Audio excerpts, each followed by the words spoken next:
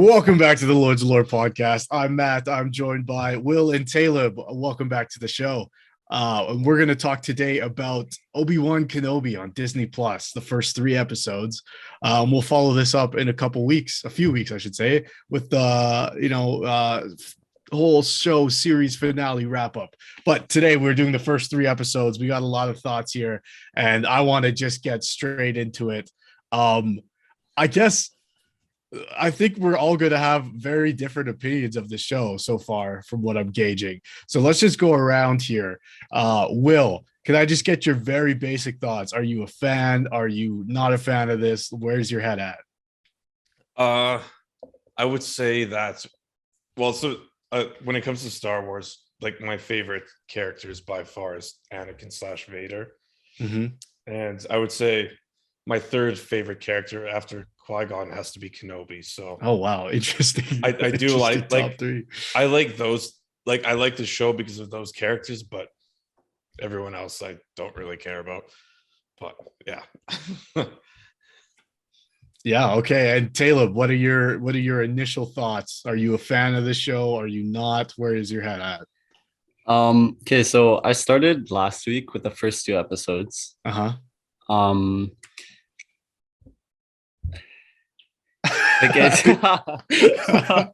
don't even know where to start.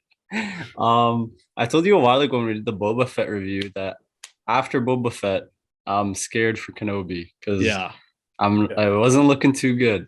But I'm gonna start off with the intro with the Clone Wars scene. I thought that was pretty fire. I really liked that. Now whether it belonged in the first opening scene, that's like debatable. But I thought it was really good. But then after finishing the first 2 episodes, I'm gonna say it was ass, but I watched it with me and my homie, like my best friend. He's me and him like both grew up with Clone Wars, episode 1, 2, 3, all that kind of shit. So we're kind of on the same page with that. We both thought it was pretty ass, but we held on. Yeah. And when I saw, the difference for me was I actually waited the week and I watched the 3rd episode, and I'm gonna be honest, I really liked the 3rd episode. Okay, but that's where I'm at right now. Okay, I'll probably get the episodes messed up, like the things that happened within the episodes, because I waited. And I guess something to address off the top, 2 things really. The opening scene of this show before, or I say after the, prequel era flashback thing for the casual fans. But back after they did that, then, it opens on the scene of, the 501st coming in, Order 66 in the Jedi Temple. And what awful timing given the events of Texas. Like, I'm very shocked that they kept that scene in, or didn't delay the release, or didn't have any sort of public address or warning about that. I thought that was shocking. And because I had heard, like, someone on Twitter was like, hey, if the opening scene of this thing starts off with this, if you don't want to see that right now, you probably shouldn't watch. And I was like, bet. I'm gonna wait a couple days. And I don't know, I just wasn't paying much attention to, I guess, like, okay, I'll just say where my head's at.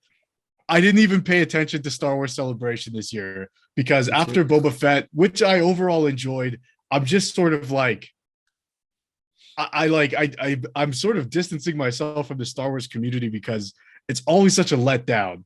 Like, Star Wars Celebration is one of these like bright moments where, like, it's like diehard fans and everybody sort of loves Star Wars. But I feel like overall conversing with Star Wars fans, besides like you guys who I know, is toxic as fuck.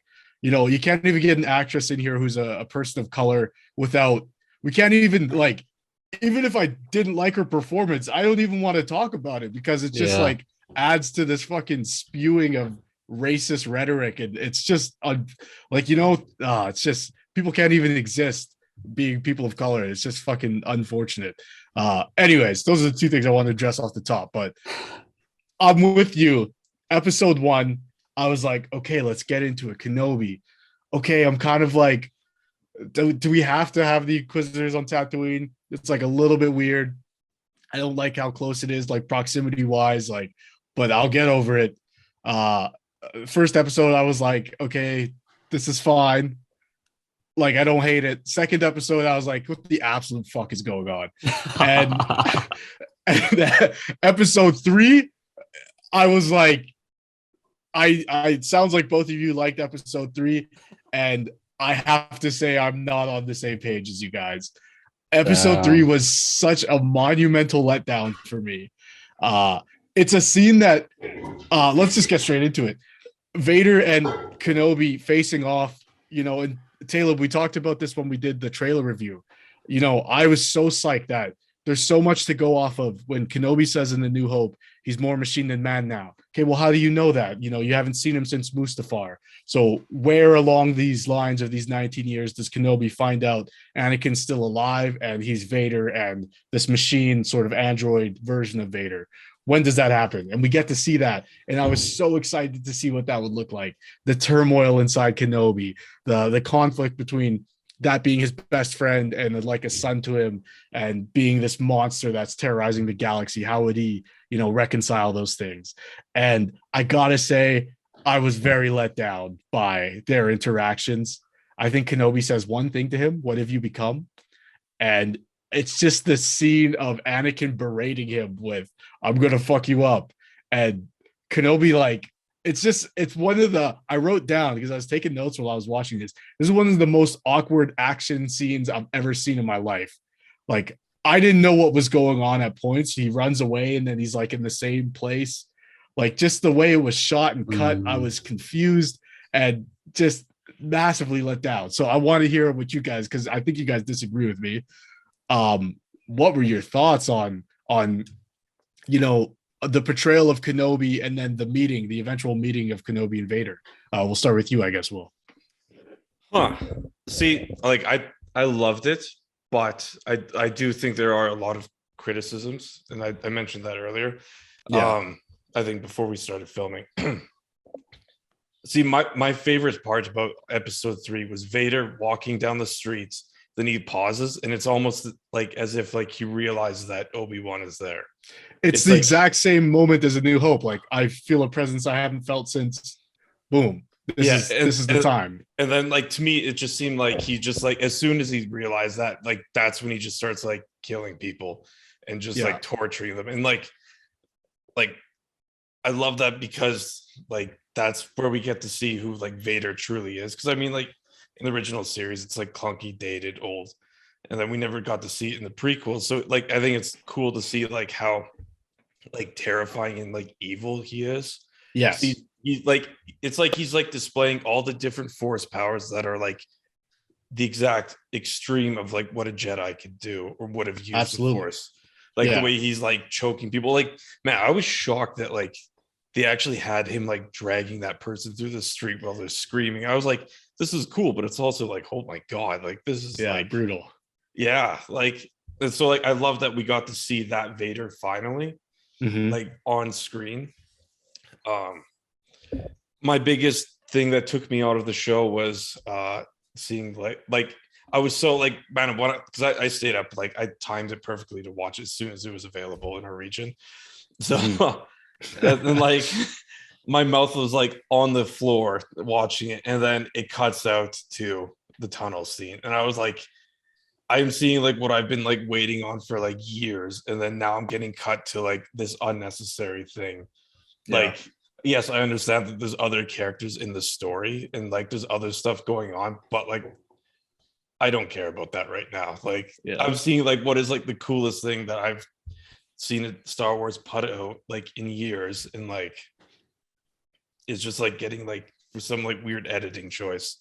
The other thing I liked about, the thing that I liked about it, when he has a face-to-face interaction with Kenobi, is that he just like gets straight down to business. Like, he's not here for like a dramatic talk. They don't want to have a dialogue. He's just like, I'm going to hurt you. Like, like I'm going to make it last because like I want you to suffer like how I did. So like I thought that was kind of cool. Like it reminded me of like John Wick when he just like shoots the villain in the head before they can have a discussion. Like that's what it reminded me of. Like And like to me, it seemed like Kenobi's character was like expecting like dialogue. Instead, he just gets like smacked around for fun.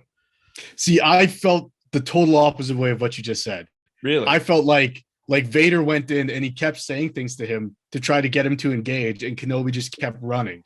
And my perspective on that was Kenobi's at a point now where he realizes his one-on-one with Anakin is less important than keeping the kids safe because they're the only hope, right? So he runs from that fight because, you know, there's bigger things at stake.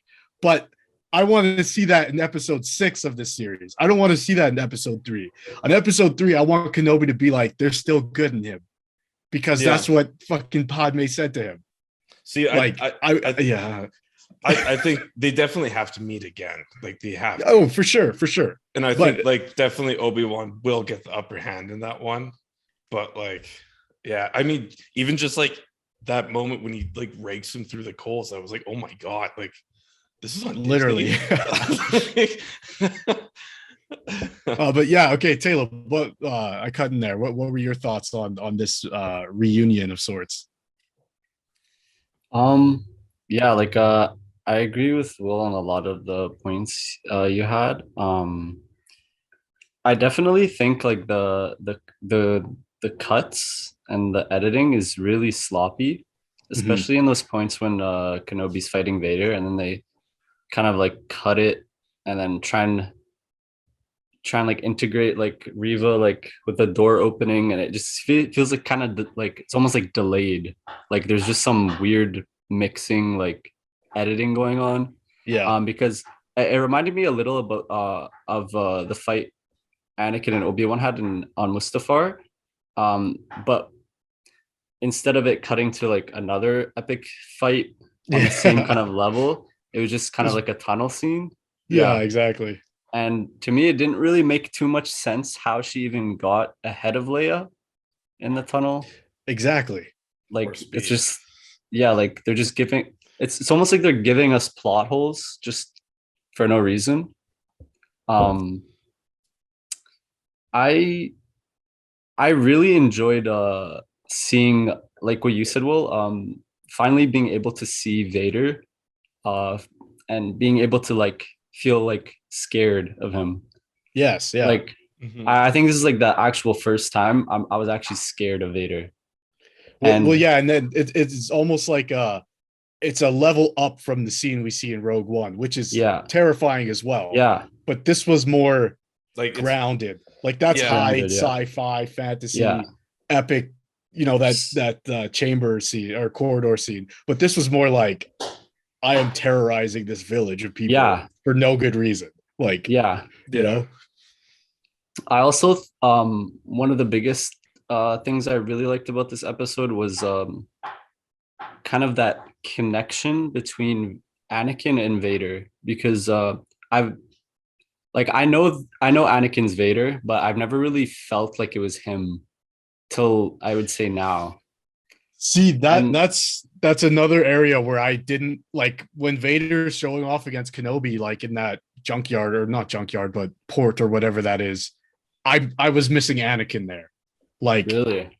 Yeah, if you contrast that scene to me in the scene from Rebels season 2 finale, like where you know Ahsoka cuts his mask and then we see it's still Anakin under there, and it's a younger version than we see in like episode 6, right? So then when he speaks out, you know, they do the thing where they put Matt Lanter's voice over. I can't remember who the guy is who does animated Vader. But they put those two voices over each other, so you're getting both Vader and Anakin. And for me, like, I got more Vader out of that scene in Rebels than in this scene, which is, you know, 5 years prior. And I can't reconcile, like, I want Obi-Wan and Anakin to be Obi-Wan and Anakin.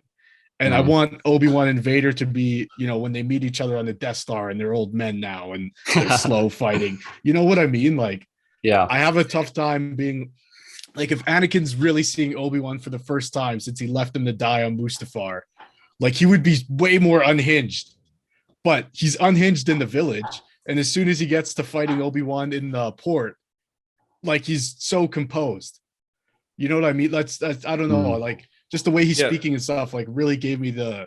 It was just weird to me. It was off. But like to me, when he does that, like when he's composed, like how Vader is like in the OG trilogy, like that also just kind of shows how different he is to Anakin, because Anakin, like as a Jedi, is definitely like, I guess like strong-headed and like kind of just like a big risk taker and stuff like that, and kind of dramatic in my opinion. Whereas like Vader, like that's the thing, he's so like cold and calculating almost, which again I think it just shows how far away he is from being a Jedi. Which is fair. And like as far as storytelling goes, we've jumped so far. Like it's been 10 years that he's been Vader, right? So it's not like he's still trying to be Anakin. Like he's a different being now. And so I understand why that was the approach, but it just felt like I wanted Battle of the Heroes Part 2, which we'll probably see, like a more intense choreography and a fight.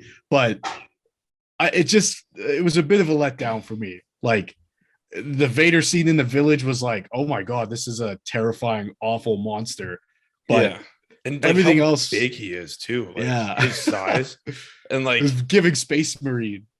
Like he was like a monstrosity, like in height compared to everyone else. And like just like one of my favorite things about the duel was we get to see how bad Obi-Wan has become.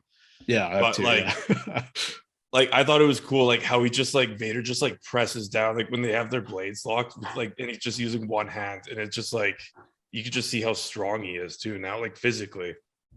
So did you catch that moment? When they're they have their sabers crossed.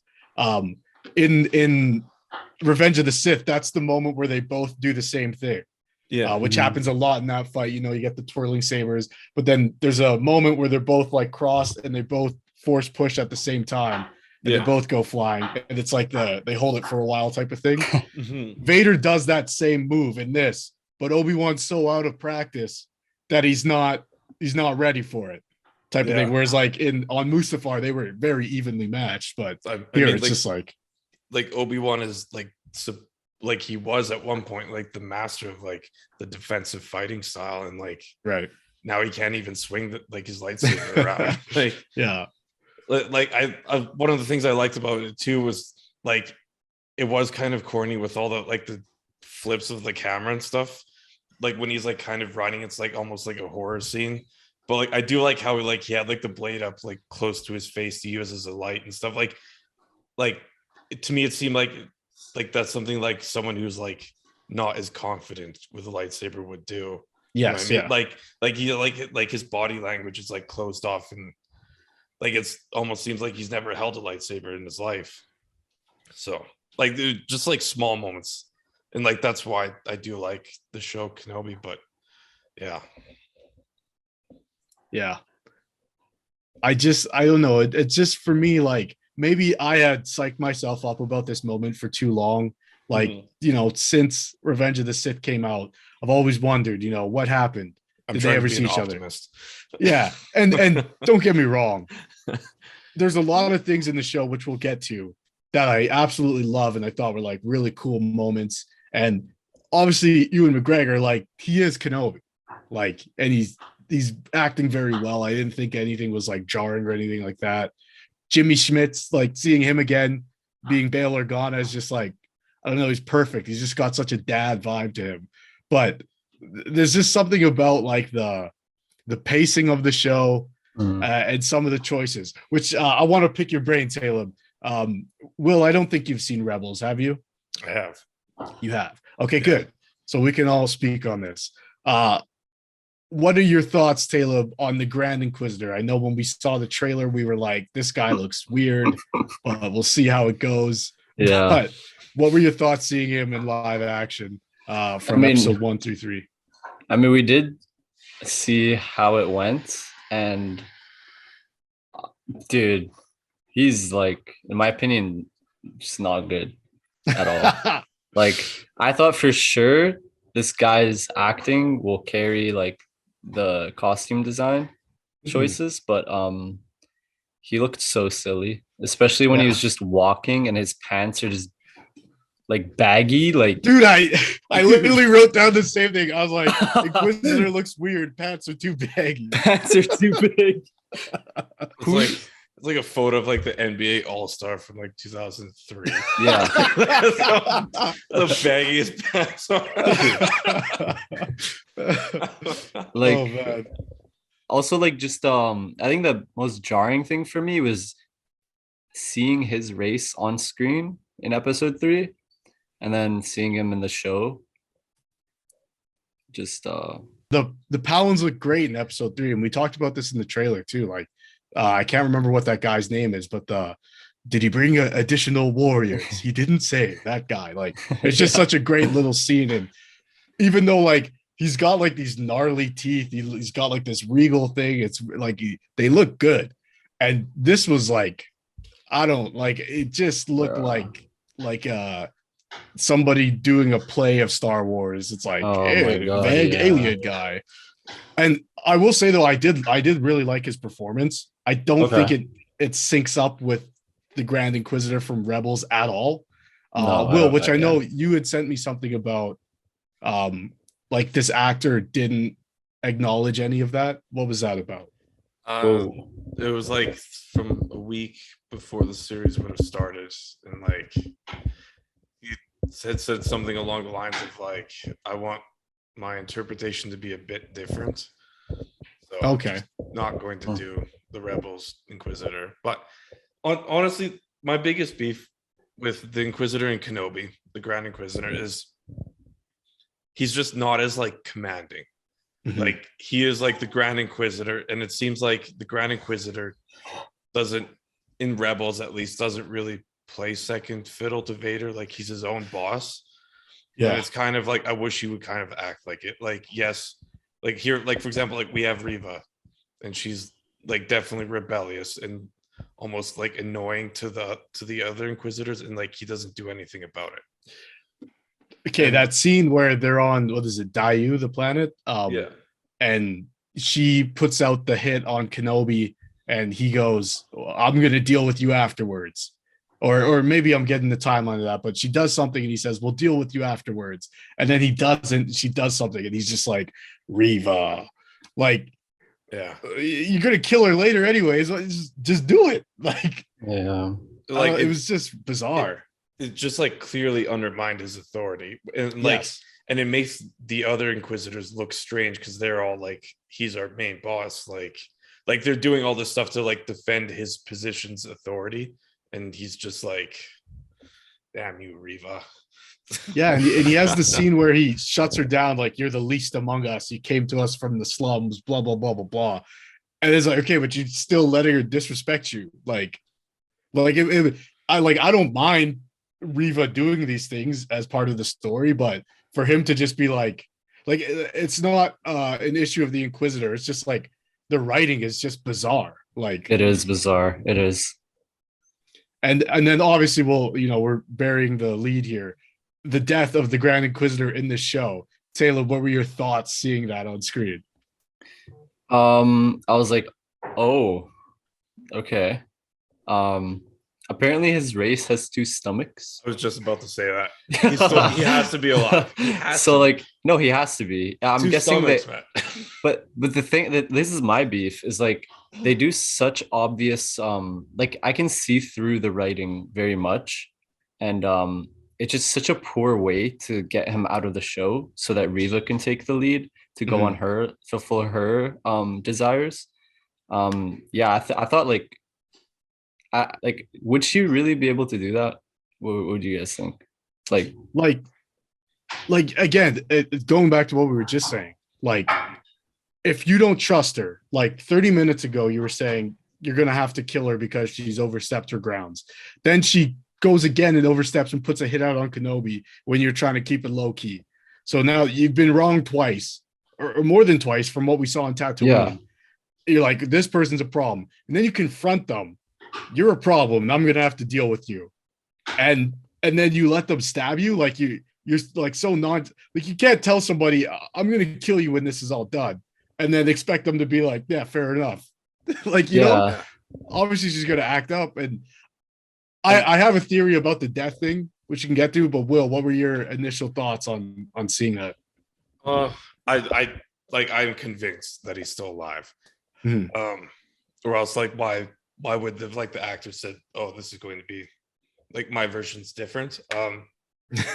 There's just no way. Like there's no way they would have caused that much of a stir without doing that. But I do think it, like what you're saying is strange how he just lets his guard down, and like he's supposed to be the Grand Inquisitor, and we already see that the other Inquisitors, like the fifth brother, is stronger in the Force in terms of like actual that scene combat. Was so sick. Yeah, like combat stuff. Like I know we definitely see Reva definitely has a unique power, the forced echoes and mind reading and stuff. But I mean, like if I'm assuming that if the fifth brother could do that, the Grand Inquisitor could like basically just wave his hands and like completely wreck her. Like when it comes to like force combat, like force push and stuff like that. And we saw him stop her from slicing that one guy in half on Tatooine. Yeah, and it's just like, but he couldn't do the same. Like, and like some Darth Pelagius shit, man. Yeah, and like why would, and like it can't be that it's a setup, because why would he have to like do something like that? Because he's the Grand Inquisitor, you can just kill her anytime. Yeah, he should be able to. Not saying that I will be pissed if that's the whole thing at the end of this. It's like, we wanted you to become ambitious to do this stuff, and I let you kill me as a. I'll be like, okay, but here's my theory. Even if you look at Mandalorian, I think season 1 or season 2, where we see like they were experimenting on Grogu, right? And my theory then was they're experimenting on force sensitive beings to see if they can clone them. And why is that important? Because in the old canon, you definitely couldn't clone force sensitives. That's why Force Unleashed was a little bit controversial. The Luke clone thing was a little bit controversial, but that was like a thing that like cloning force sensitive people was like a extreme feat because it wasn't able to be achieved before. That's why the clone troopers are not force sensitive. Otherwise, you can make an army of Jedi pretty easily. But my theory here is that they've cloned the Grand Inquisitor, and there's two things that have led me to believe this, because obviously we get Snoke and Palpatine and stuff like that later on, and we still need a reason to explain why Palpatine was able to be cloned or came back from the dead or whatever. I think, and we see Snoke in that tank in episode 9, like a different version of Snoke that they're like growing. So my thought here was the Grand Inquisitor has died on screen one other time before, and that's in Rebels. That's why this was sort of a controversial thing to have him die in Kenobi, because he dies 5 years later. We saw that already. He falls into a pit of fire.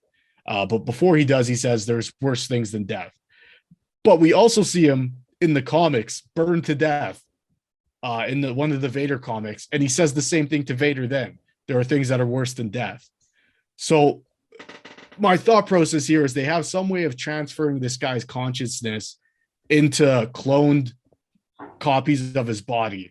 And so he's died multiple times, thus setting up the scientific, quote unquote, explanation for Palpatine to be able to do the same thing. That's why, Snoke was able, like, they can make copies of Snoke. They can make another body double for Palpatine and, put his consciousness into it. That's the only thing I can think of. Otherwise, this is a total violation of canon, or you have to do the stupid fucking, my race has 2 stomachs. Like, that's just lame to me. So it either has to be this heady fucking it's crazy force magic shit, or I'm gonna be like, what the fuck, man?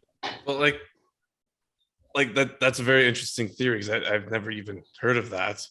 Same. But at the same time, if I was Vader or the Emperor, I would just say, why would I clone him when I could just clone Reva, who's apparently better than you?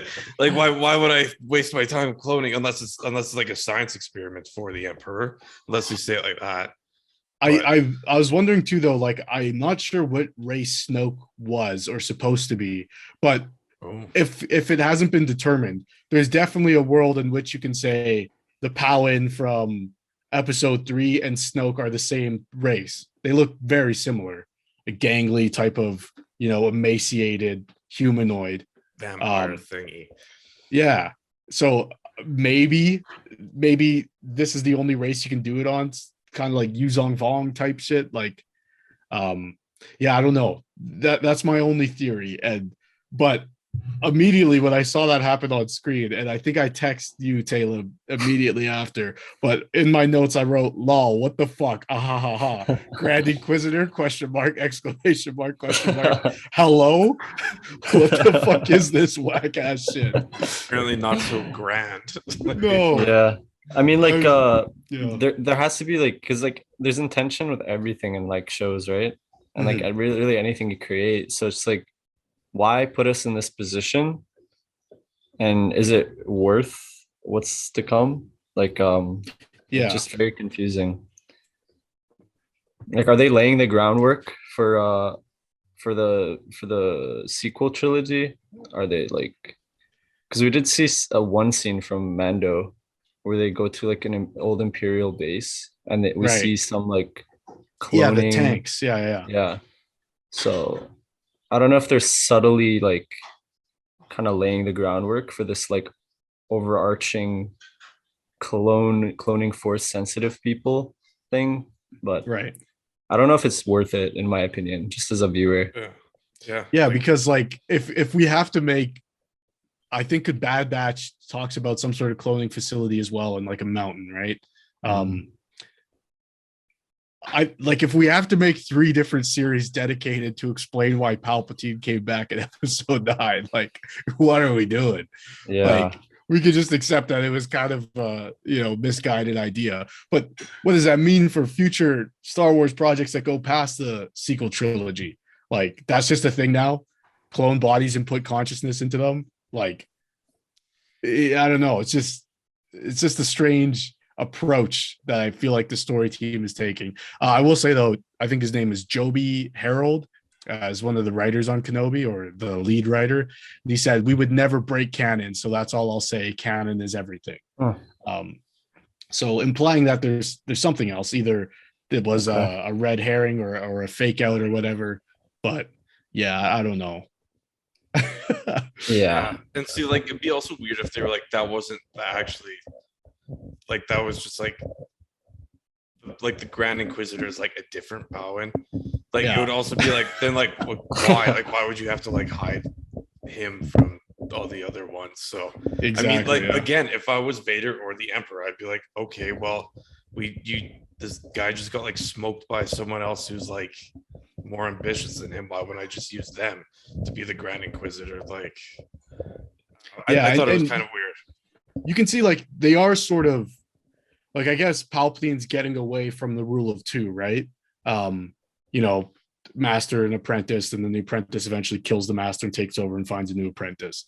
So the Inquisitors are, diverging from that, in that there's a group of them, but that same principle is applied. There's a lead guy, and everybody else below them wants that lead spot, and the rule of 1.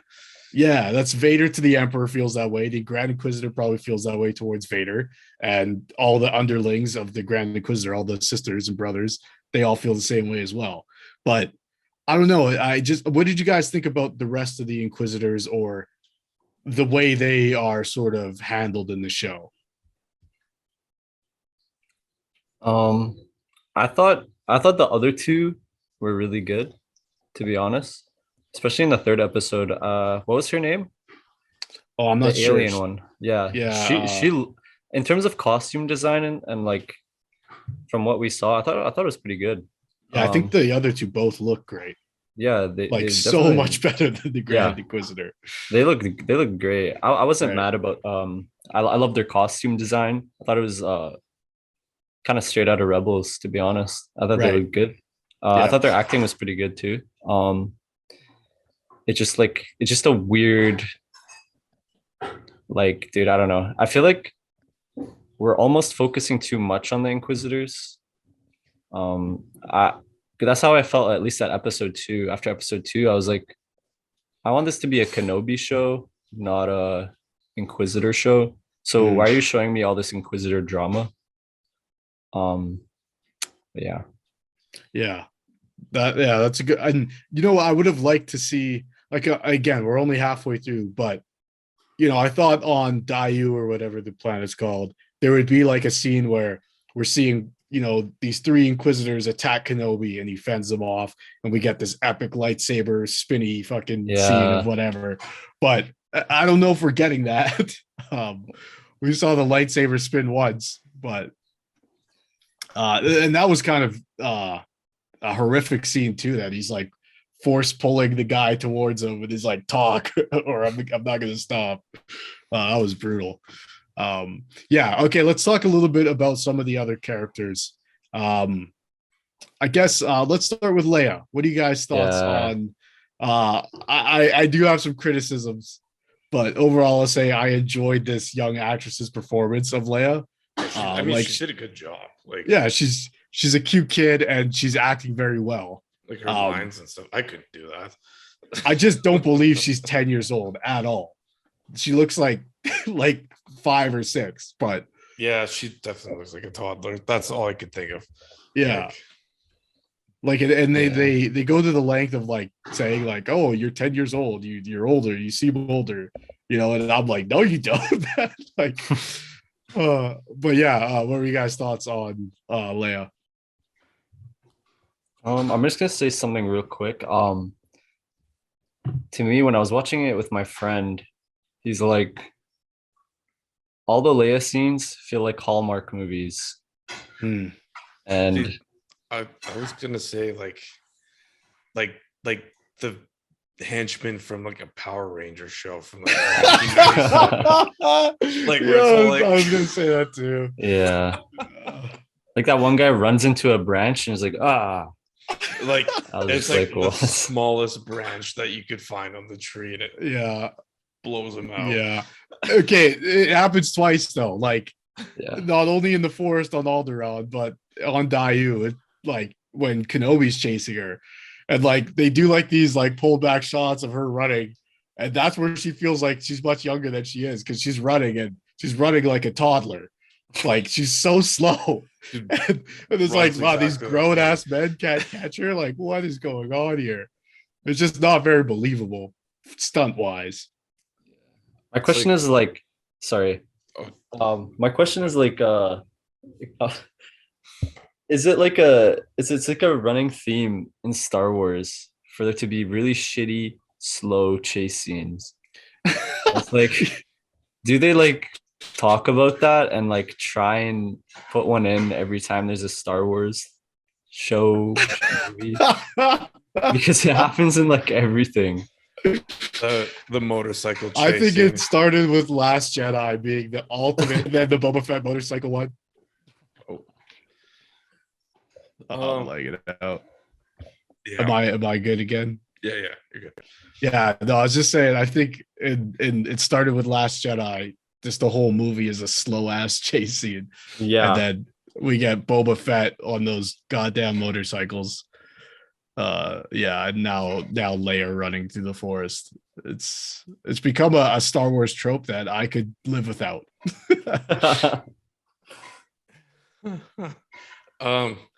Like I didn't mind some of the dialogue. I thought in episode 3 it was really good. Like Same. Between like when they're in the back of the truck, and like I did actually like I thought it was kind of cool how like we got to see how fast of a thinker and good people, like how good socially, exact opposite of what I'm doing right now, of how good Leia is with other people, and like yes, absolutely. We see the senators start to come to fruition. Yeah, and like I just thought like we didn't really need to like get all of that. And like I do think it is cool how they showed a young Luke, and I think it's cool how they went out of their way to show like a young Leia. But at the same time, like I don't think they just really didn't need to be in the series as much as we've seen thus far. Yeah, I don't know. I agree with that. Yeah. I like the device of Leia being, someone that Kenobi would leave Tatooine for. If it was anyone else, likely he wouldn't have done it, because he's protecting Luke. But it's one of those ones where I feel like is less retconnable. Like, he's more machine than man, or I haven't felt a presence since I felt since blank. Those lines create a story in your head. And years ago, you served my father in the Clone Wars doesn't say to me that, hey, remember that one time you protected me? It's like when she references Kenobi, that's like the only thing she truly speaks about is you used to know my dad. Hopefully you can help me.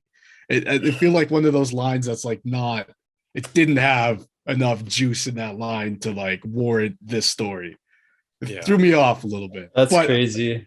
Yeah. And like I never thought of that. That first chase scene on Alderaan, I think it would have been cooler if there was a shootout with the guardsmen. That's like the way I would have done that scene. And honestly, the thing that really pissed me off was the tunnel thing in episode 3. Yeah.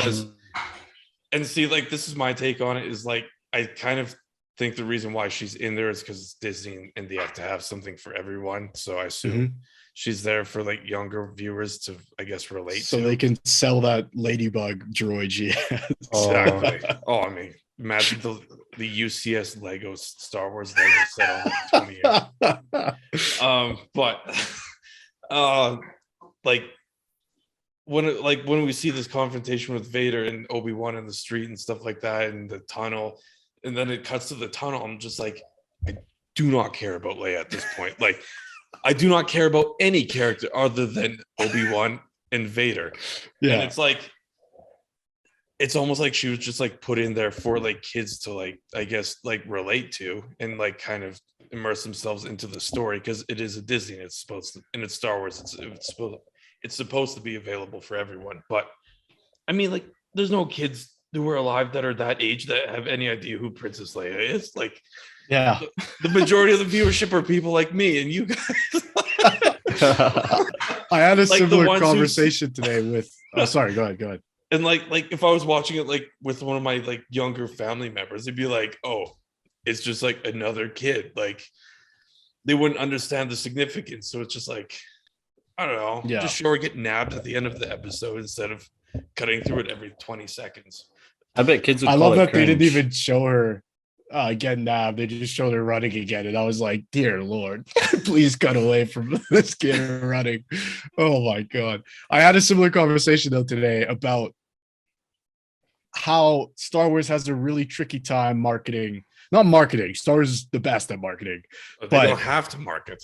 Right. But creating something that's for both lifelong fans for 40 years and children, right? Because you sold originally Star Wars was built like this is for 12-year-olds, right? George always stands by that trope. But then, those 12-year-olds grow up and they still want to enjoy Star Wars. But you also want 12-year-olds to be into Star Wars. So how do you balance that? And I feel like for most adults like us, we are looking for the next, we want our Star Wars to always feel like Empire Strikes Back, because that's like the high, or Revenge of the Sith.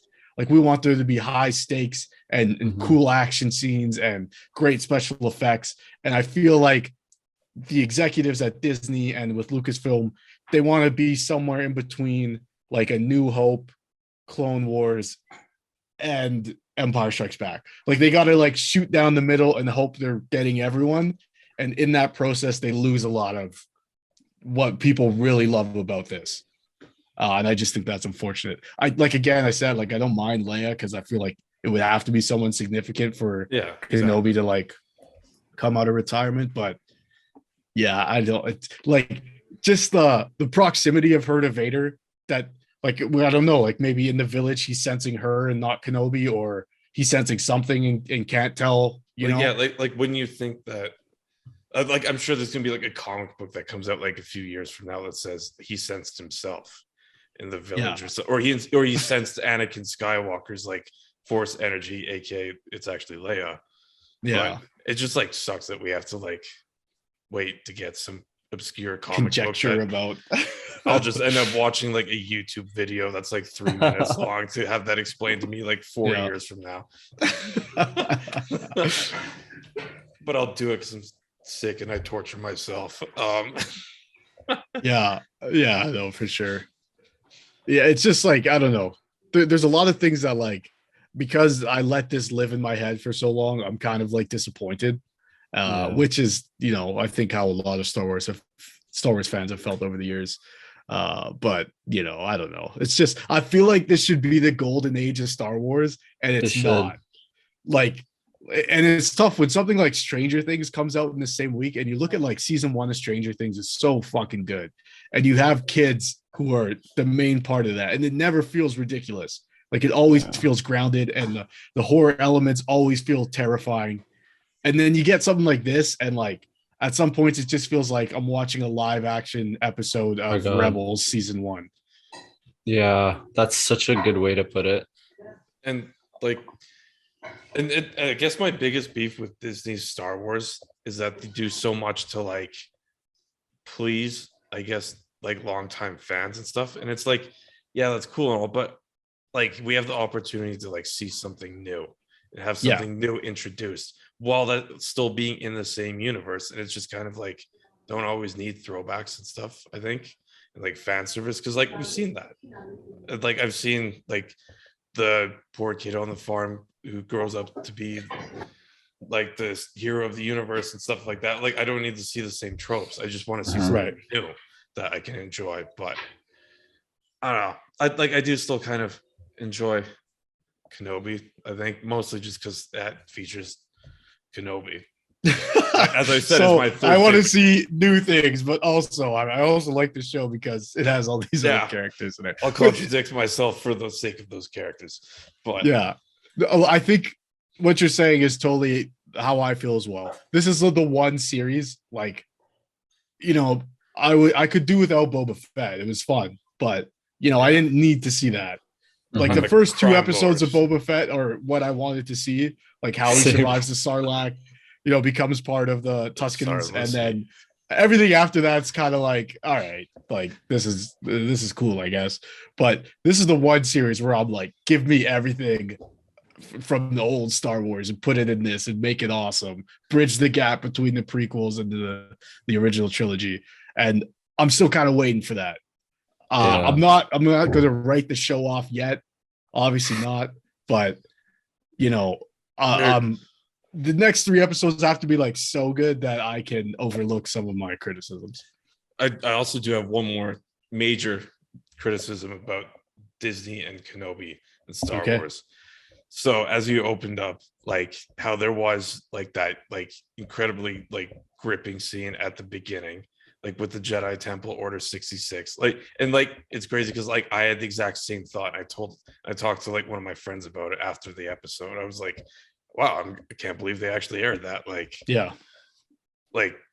it's cool that we got to see another scene from Order 66 because it's such like an impactful like part of that galaxy and that universe. But at the same time, like, oh my god, especially from that point of view of like those that are in the classroom. And so like we have that, and it's just like, wow, I can't believe Disney did that. And then we see the body of the runaway Jedi in Tatooine, and like when it shows like his feet, and I'm like, I was expecting, and it's like slowly panning up, I was expecting to see him like hanging from the neck. That's what I thought was going to happen. Instead, this dude's strapped up like in like the child seat on the swing set of the playground. And like I was just like, man, like he's hanging from the suspended diaper, and I'm just like, wow, like we couldn't, like we just have like this very dark and gripping scene that's like gut wrenching, and we see this, and then but then we jump into the next episode, and like Vader's like dragging some woman through the streets, and she's screaming, and I was like, oh my god, like we're seeing like the most vile person in the universe aside from the Emperor like doing his thing. I had never really thought about that. Like, but it feels like you're pulling punches and then like showing him cracking this kid's neck. Like, and it showed it too. Like, my boy did a 180 with his head. It's just bizarre. Like some of those choices, I just don't understand. I did like that Jedi on Tatooine asking Kenobi for help, and then Kenobi says no, and then he dies, and it's like, well, this is what happens when you don't take action. People will be hurt.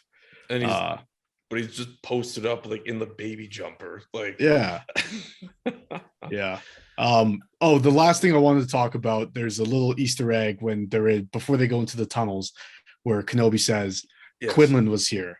Referencing Quinlan Voss, who we see in The Phantom Menace and then in Clone Wars and Dark Disciple, the novel, which is a great novel. Quinlan Voss is a really cool character because he's like sort of like a Jedi investigator or sort of like lone wolf Jedi type character. And Sentinel. Yeah, and has like a tendency to sometimes let anger control his emotions or be super emotion, be driven by emotion. So he's an interesting character that way.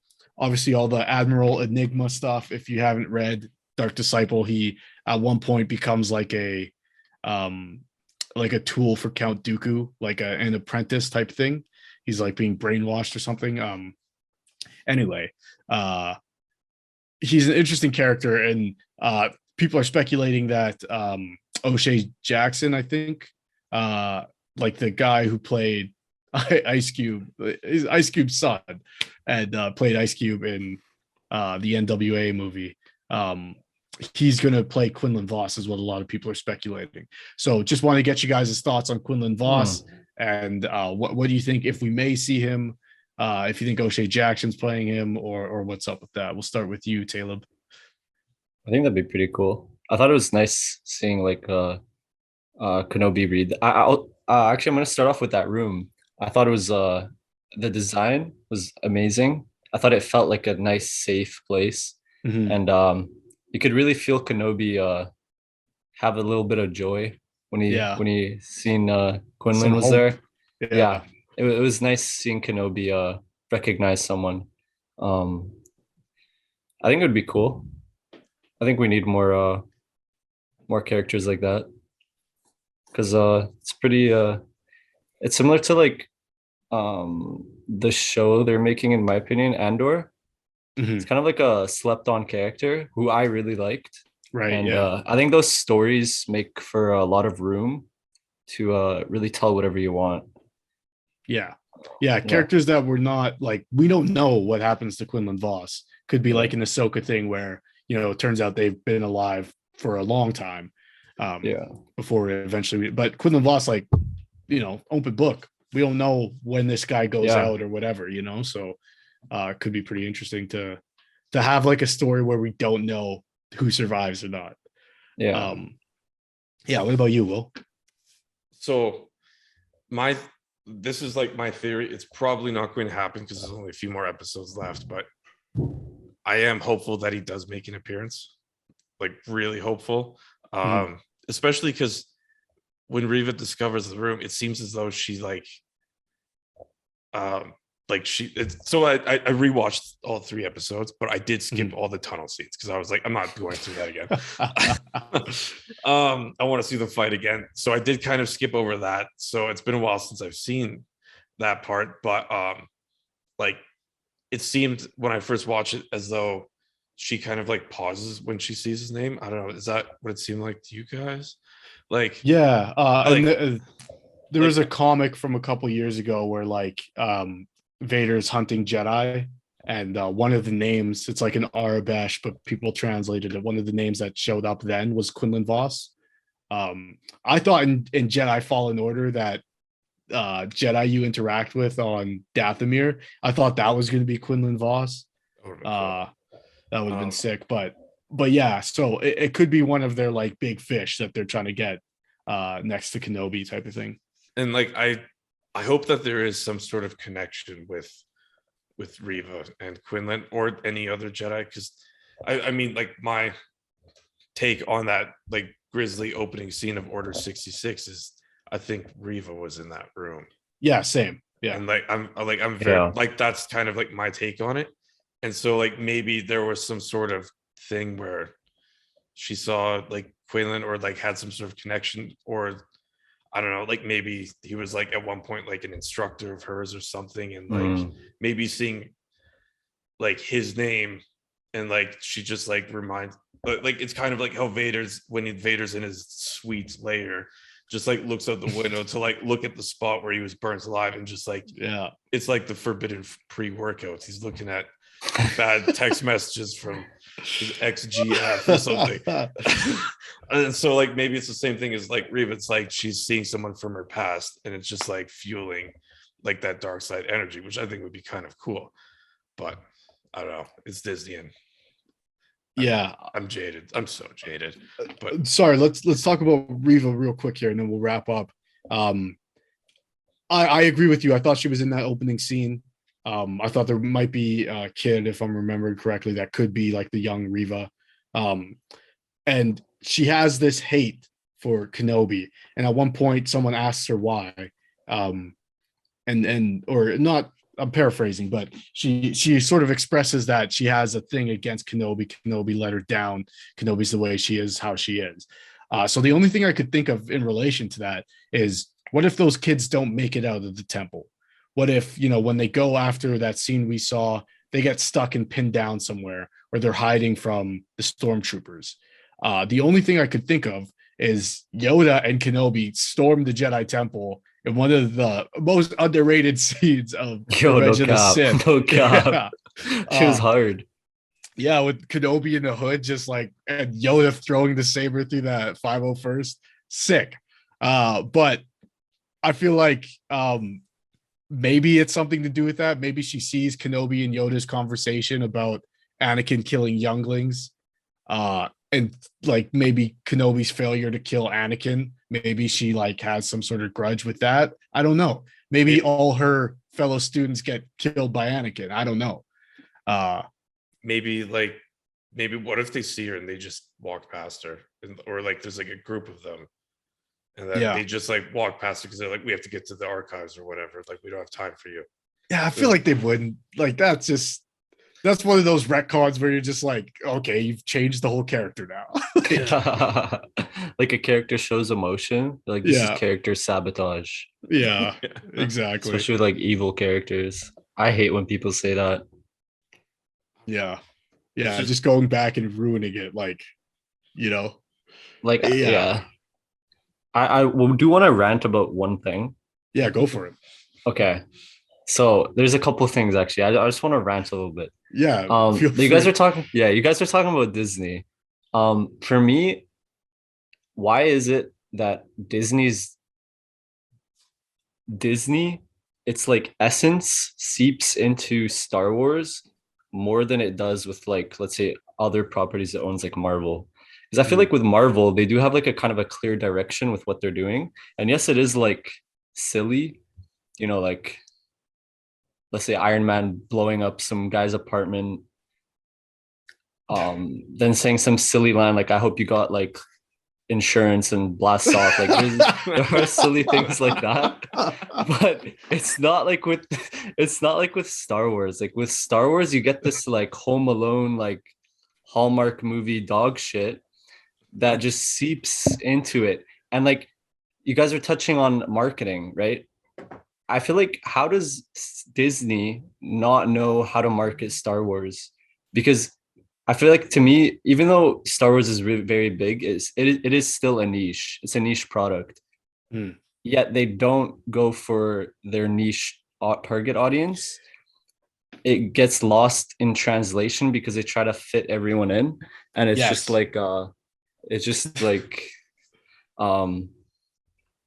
pisses me off. One other thing, I don't know, do you guys want to touch on that? Yeah. I would love to. I think what you said is exactly what goes wrong, because Star Wars is so huge, right? So, like, think about Marvel. Like, it used to be that the only people who were into Marvel were comic book fans, right? Then, you get some movies, you get the Spider-Man movies, which really sort of blow things up, or Batman 89, right? Then it becomes a little bit more normal for the average moviegoer to be a fan of these comic book heroes. Then you get the Marvel Universe, and it becomes like everybody and their mom is a fan of the Marvel Universe, right? It's this cultural thing. It's like, it's the thing that like our era will be remembered for in cinema, right? It's like the biggest thing ever, by any metric. And Star Wars is on par with that. less so now, but in the cultural zeitgeist, Star Wars is massive. And so Star Wars creators, they can market Star Wars because everyone loves Star Wars. When the fucking action figures comes out, people lose their minds. I lose my mind. I'm like, oh shit. Or the Legos come out and Will's buying the fucking yeah. Yes. Yeah, like, there's something in Star Wars for everyone. That's perfect. That's what you want out of properties and storytelling. But when it comes to making those stories, then they're trying to get everybody. Okay, we need something for the kids. We need something for the grown-ups. We need a dark moment so that these types of fans. We need to have references to the Clone Wars, the Rebels, the Bad Batch, Ahsoka, whatever. We need Mandalorian tie-ins. We need all this stuff so that we are covering all our ground. And that means they can't go 100% into any of those things. They can only give those 10% at best. So I'm watching it and I'm like, man, this show sucks. I'm only 10% into this show. Because the other 90%, there's like, I got to cater to this guy and that guy and this casual fan and this diehard fan. And, and we got to make it modern. So we got to throw in all these jokes that exist in Marvel properties that don't belong in Star Wars. Like Star Wars, is a comedy, like there's comedy in the original trilogy. It's just comedy that was like relevant at that time. And I feel like a lot of the jokes that are made in there are timeless because they're situational. They're not topical. Like, I hope you have insurance. Like if Iron Man said that, like that's a thing people, understand based on the context of our world. That's not something people in the galaxy far, far away would understand. So making those same type of jokes, like Poe Dameron making the mom jokes in fucking Last Jedi, like sure, that's a thing that exists in Star Wars. Mothers exist in Star Wars, but it's just not a joke that like any other character has made in the Star Wars universe. So it's jarring. And I feel like a lot of what happens in these shows, Mandalorian, Boba Fett, it's jarring because you're like, okay, I like to see these modern special effects and characters and performances, but I don't love that like this doesn't feel the same as the Star Wars I grew up with. It feels different and in a bad way, especially when you're going into a time era that is that. Obi-Wan is a certain way. We've seen it before. And to change that is such a disservice to all of those fan bases. It's just, I don't know. That's my rant. That's shameless. See, I think, honestly, what I think it boils down to is that when it was Lucas Arts running the show, like George was there. Like anything that happened, you had to answer to George, even though he didn't really direct and stuff in like a lot of the later movies. He was there like every single day. And I think just when Disney bought it, it's just, there was nobody like George to, I guess, be the authority. So now it's just like the way I see it is like, let's say like you have a hockey GM and then he gets fired and then someone else replaces him. They want to bring in their own guys. They want to have their own star players that they develop. So that's just the way I see it, is just, but now it's Disney and it's huge and there's so many people and it's just like there's no like clear leadership that's like George or from like George's regime, at least that I know of. Well, like not even like there are still people like Lucasfilm.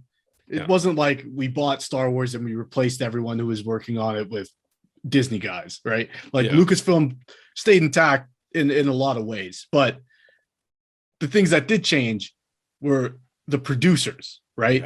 And that's so you go from having the person who created something selling it to somebody, and now you got Kathleen Kennedy, right?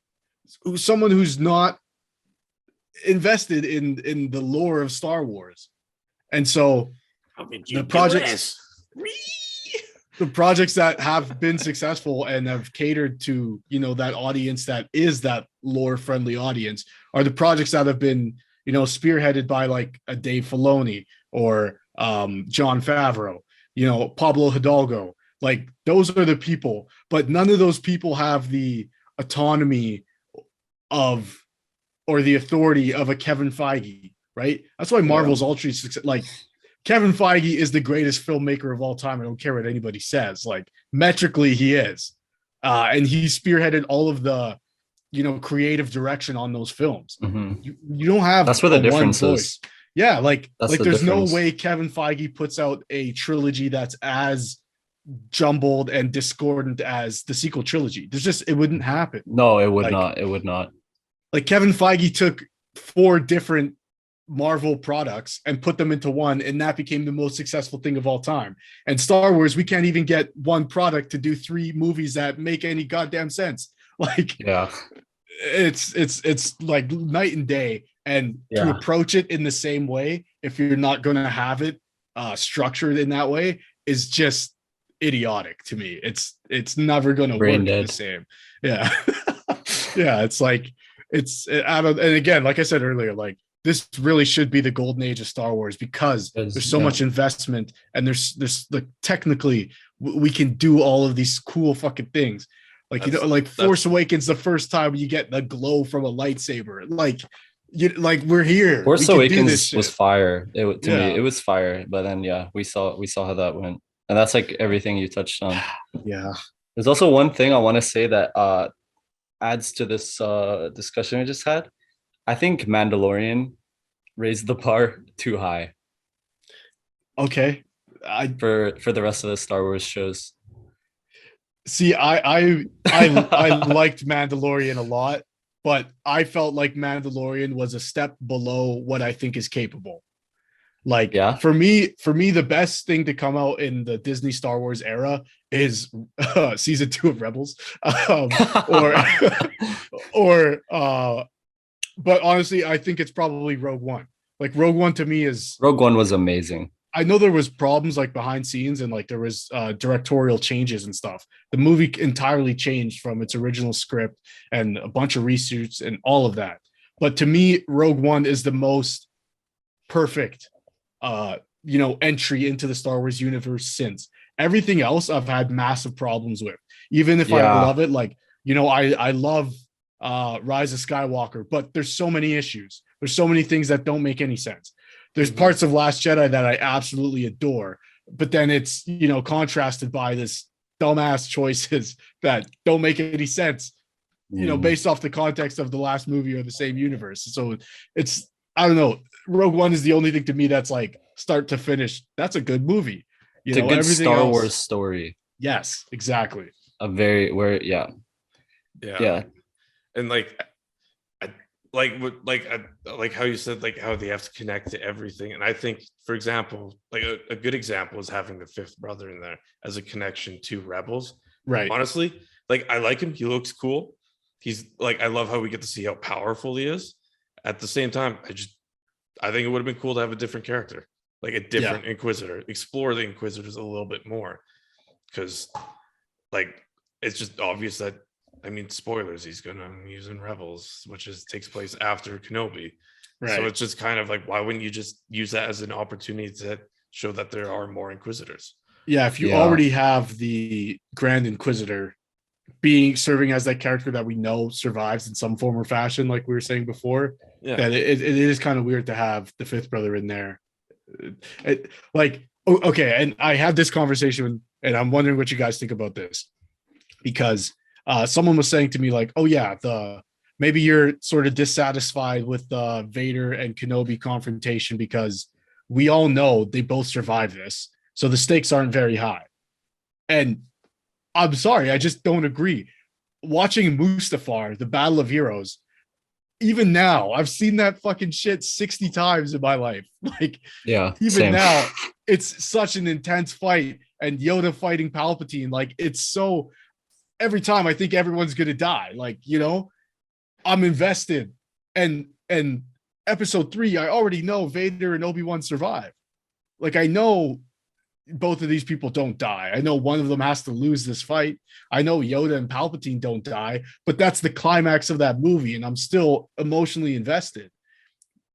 Just going on to say that, when I'm watching episode 3 of Kenobi and I don't, like, something's not clicking for me with that fight scene, it's not because there's no stakes. There certainly are stakes, but, it's just, I'm not engaged. I agree. The stakes are there. The stakes are there because this is the first time seeing them meet after Mustafar. So the stakes are there, but it's just how it's executed, I guess. There's just a bunch of problems. I'm gonna say also I had a problem with the score. Yes. Oh yeah. I think anytime you're not getting a John Williams score, which is weird because I just said Rogue One's the best thing in the Disney era, but I think anytime you're not getting a John Williams or what's his name, Kiner, who does Rebels and Clone Wars, anytime it's not them, I'm immediately kind of taken out of it. Even with Ludwig on Mandalorian and stuff, like that score has become iconic, but it doesn't feel like Star Wars to me. It feels like Mandalorian. You know what I mean? Yeah, I mean, like when I hear like the Boba Fett like theme, honestly, all I think about is like the song "Hot" by Young Thug, and like like the instrumental, like that's all I could think of. But and like this was like the score was the other thing I was complaining about to another friend was, and the thing that really bugged me the most was when we had that recap and we get to see like basically like Obi-Wan's like PTSD moments, which is like I thought it was well cut. It looked cool, but the music sound reminded me of like a Michael Bay movie from like the late 2000s, like when it has like all like the thumping percussion sounds and stuff like that. It was just like I almost like didn't need music when I was watching that. Like I don't know. Yeah, it was just kind of weird. Like it seemed like the music, like the quality of the score was almost like like something that I would expect from like your general run of the mill like action movie, and like it's not supposed to be, right? Like there is the space one opera. There is the one John Williams, like he does the Obi-Wan score in this series, but everything else is done by Natalie Holt. And like it's fine, like it's fine, but it just like doesn't fit. I've said this before, like when we did our episode on music, like the music of Star Wars is a character in itself. Like when you hear certain things, you know, like, oh, someone's using the Force. Man, like March of the Clones. Come on. Yeah. Like when you're missing those elements, like it does take you out of it a little bit. That's fair. Yeah. I don't know. And like, again, I don't think that like it's bad. It just doesn't fit. And it just, again, it seems as though there's lacking some authoritative voice on that. And like it's like the same thing with like the actors and like their weird ass lines. Like you have good actors and the actresses, it's just weird ass lines that like kind of take you out of it. It's messy. Like the score to me is so messy. Like score is like one of the most important things for me, as like, you know, like I love like art, right? I love creating, and that's just such an important layer of creativity for me when I'm watching anything. And at least in Kenobi, it's just so fucking messy. It's like I don't know why they're putting this here. And then like you'll have different like almost like themes and influences for the theme in different like scenes. There's almost like no cohesion at all. Like usually you can tell, you can at least recognize the person making the theme and like or the score, and there's some kind of consistency. But to me here, it's just so messy. Like it's also not very memorable at all. Especially that's the main thing. Like I don't even like you're talking about things popping up and I'm like I can't even remember the score. Like it was just kind of it what I do remember is it felt like when you're making a Star Wars fan film and you have to get generic kind of sounds like Star Wars music, but it's not, so you don't get sued. Use like a tuba and shit. Yeah. Garage band Star Wars music is kind of how it felt. Yeah. Yeah. Was there any other ranting points you had, Taleb? Just something really quick. Just again about the score. I disagree with you on having it feel like Star Wars, because I think we need scores that are unique, like with Ludwig and Mandalorian. I think like that's a step in the right direction, because we are getting a story in itself just through the music that's completely different. That also has a consistent theme. It also feels like it's created with somewhat direction, or somewhat sense of like direction. And that's just missing for me with Obi-Wan. Yeah, I think that's a really good point. Is like when I started watching Mandalorian, the theme was jarring to me. But you know, we talk like when we were doing reviews of Boba Fett, when you hear the Mando theme in Boba Fett, you're like, oh shit, the Mandalorian's here. It's become a part of the Star Wars sound. You know what I mean? And that's just kind of respect to Ludwig, like to be able to make something that feels on par with John Williams is one of the greatest achievements as a composer you could possibly have. But this one, to me, it's just like nothing is stuck out to the point where I'm like, oh, if I heard that, I'd know it would be a reference to Obi-Wan. Again, it would just feel like, oh, that's kind of Star Wars. It's vaguely Star Wars.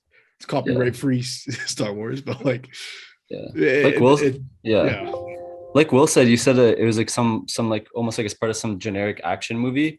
I agree with you there in a sense of like it's almost there just to be there and for us to forget about it. It's almost there as like a device to move the plot in a way, or like add to the scenes just so we can like so it's almost like they needed something to put there while the scenes were going on. And just the direction is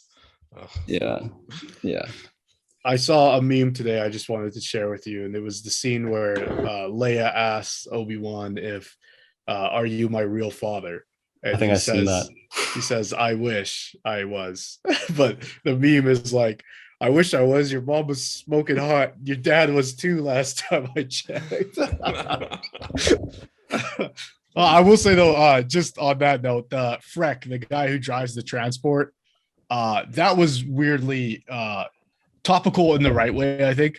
Like when they go around the back of his truck and he's got the Imperial flag, I'm like, oh, that fucking hits close to home, based off where the three of us live. And dude, that's what I told my sister that. Yeah, the Confederate flag. That's what I said. That's what I said.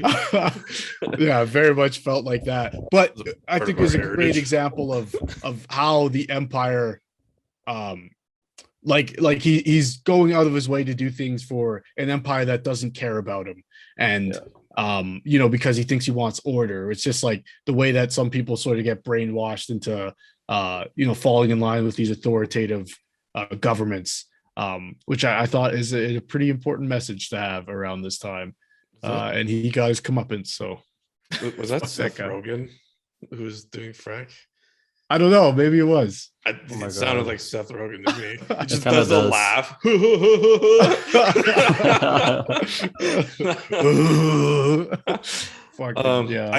Although I will say on that scene though, like at the checkpoint, I was not expecting that. I thought they were just gonna slip through, and like I wasn't expecting the violence, and also like when that clone or that one stormtrooper when he falls like into the fence, I was like, that was hard. Oh my god! Like, it's cool that we're finally seeing like in a Disney Star Wars property, like lasers actually doing their job. But at the same time, it was just like, wow, like I was not expecting that. And again, it shows like the inconsistency with like the grittiness and like violence of the series, and like how 1 minute it's like we have to be a children's show, but then the other minute it's like this dude's like getting like smoked in half and like bisected, and like we have like people like running ops in the Jedi Temple and stuff like that. Like it's just like I don't know. It just kind of like just pick the direction that you need to go in and just stick with it. Yeah, totally. Okay, one last thing about that same scene with the laser fence. Why did he have to shoot it? They like you could have just walked around.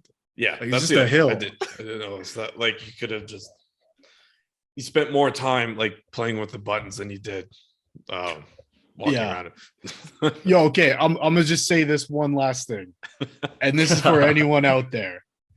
Do not talk about Star Wars on any social media platform if you are still under the impression that stormtroopers are clone troopers.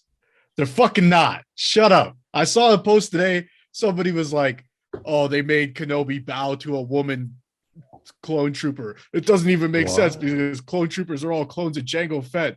They just want Kenobi to bow to a woman against the woke agenda. Shut the fuck up. Shut up. You don't even know. You don't even know that. What? And she was an Imperial officer. She wasn't even a fucking stormtrooper. Like, there's so many levels of fucking wrong. Maybe they just put it out there to bait people like me who are fired up about this shit. But fuck off. Don't talk about Star Wars. Shut up. I'm gatekeeping, but I'm only gatekeeping towards atrocious people. So I think it's fine. That's all. Like if she was a female clone, she would have the accent too, right? Like, Yeah, you would think. Like, also, there's fucking laser swords. There can't be fucking female clones, but they're not even clones. Why do you fucking like? Oh my god, Bad Batch, those female clones. Like, yeah, okay, well then fine. Like, it's not out of the realm of possibility. It's fucking Star Wars. There's floating fucking ships. Like, we can't make a female variant of a clone. Like, bizarre. People are fucking bizarre. Yeah, I don't know. And stormtroopers aren't clone troopers anyways. What the fuck? I think it's just, whatever. I think we're experiencing like what like the previous generation felt when the prequels came out, and it's just like, you should know this, but we don't. Yeah, because like I saw like commentary of like, wow, I can't believe Vader is being like that. Yeah, and, like being so violent. It's like, well, if you weren't a casual, you'd know. Yeah. Did you not see Rogue One? Anyways, I think looks like Taleb had an issue with the computer here, so you and I will close up. I think that'll do it for our conversation. We've had some good rants here. Got a little bit longer than I thought we might have, but did we say anything good about it? Listen, I'm still holding out my entire judgment, and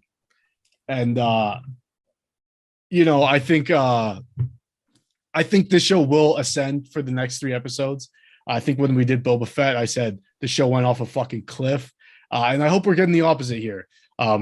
Because it does seem like that. It does seem, in my opinion, that each episode is a lot better, progressively better. Yeah. And again, there's things like all Star Wars projects. There's things I absolutely loved about this show. Even him. The toy that he gets is the same toy we see Luke playing with, like just little things like that. We see like Anakin's lightsaber in that chest that he digs out of the desert. There's so much attention to detail. So, people who love Star Wars worked on this. I just wish that came through all the time and not just in those Easter egg moments. I just want that to be like from the writers down to the producers down, like whatever it is. And even the actors, like, I don't think actors have to love Star Wars to be cast in it, but I think if you're playing the Grand Inquisitor, which exists in another property, you should probably watch that and, try to emulate that in a live action way as much as you can. I don't know. I just think that's just how it should be. And that direction should come from above. I don't think an actor should have to say that to themselves. I think that, but I am hoping and expecting this show is going to get better. And, 3 weeks from now, when we do our series finale review, I think I'm going to have a lot more positive things to say and maybe eat some of the words I had this time around. But any closing thoughts for you, Will? I mean, we criticized the hell out of the part 3 episodes, but I do think they are valid criticisms. And I do think this is somewhere along the chain of command. This is coming from the upstairs part of it. I don't think. And like it's like how like with like some of like the actors in the past Star Wars films, like the prequels, for example, like where a lot of people are like ridiculed for like their bad lines. I don't think it's like their fault, like the actors.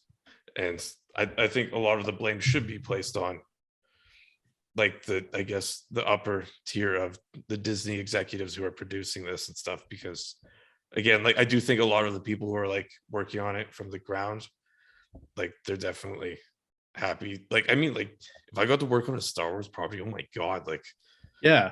And like, and again, like if you like act in one or whatever, like that's it. Like you're set for life. You're a part of like some some like future civilization. Will be like, oh my, this people were part of like this era's mythology or something like that. Exactly. Yeah. But so much goes into it. And it's just kind of sucks to see that we have to like criticize it because of what seems like a lot of production changes and stuff like that.